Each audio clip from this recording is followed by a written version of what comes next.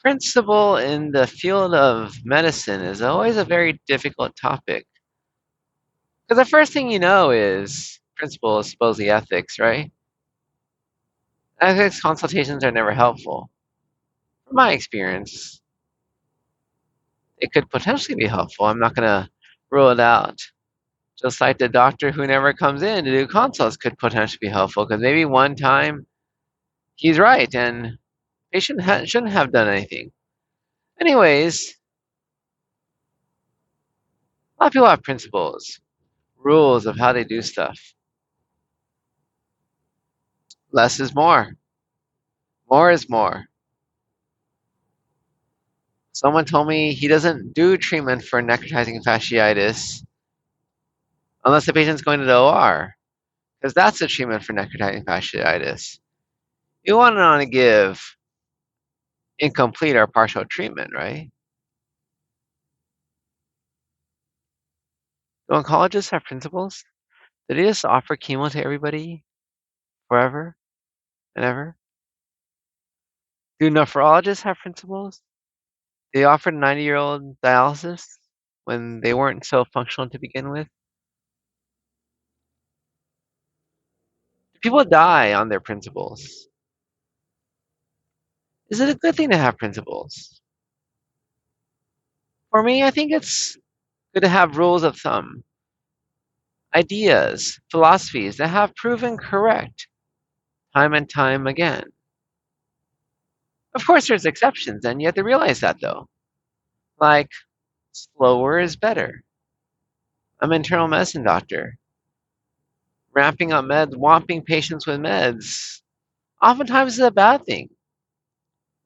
Everybody now knows, decades ago, nifedipine was given sublingually, caused hypotension, caused deaths.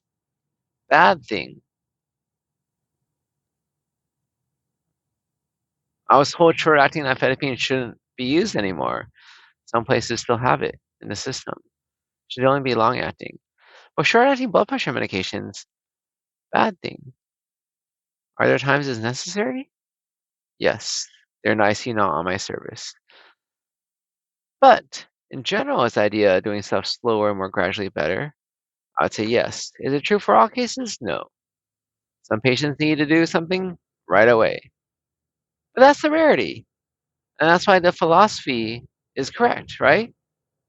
I think that's the thing about principles. When you change the word to principle, principles are something people stand on a hill and die for.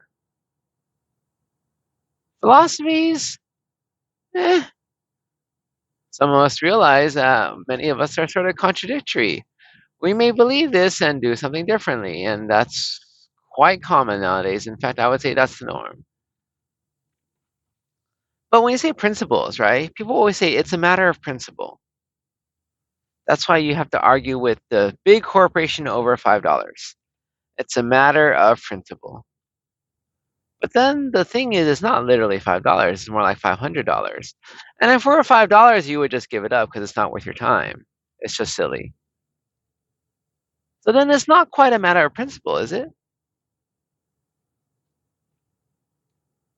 And when you think about it, it depends on the context, where you're practicing, what resources are available, right? Back here in Alaska, at the Native Hospital, and it's quite different, I would say. Resource limited in certain senses.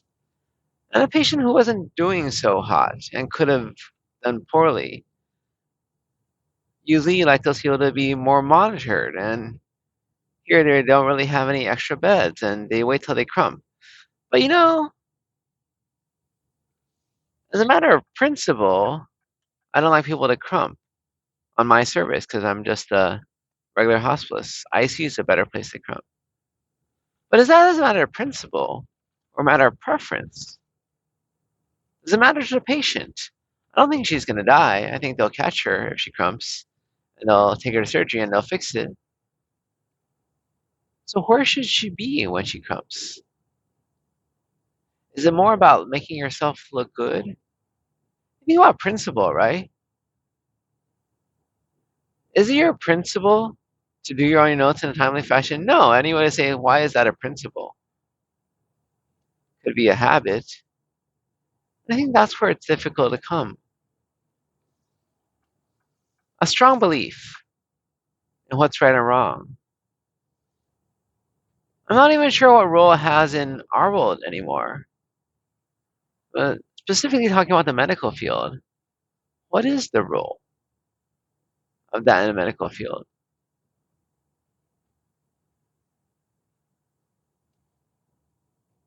Because we're talking about medical ideas, ways of treating.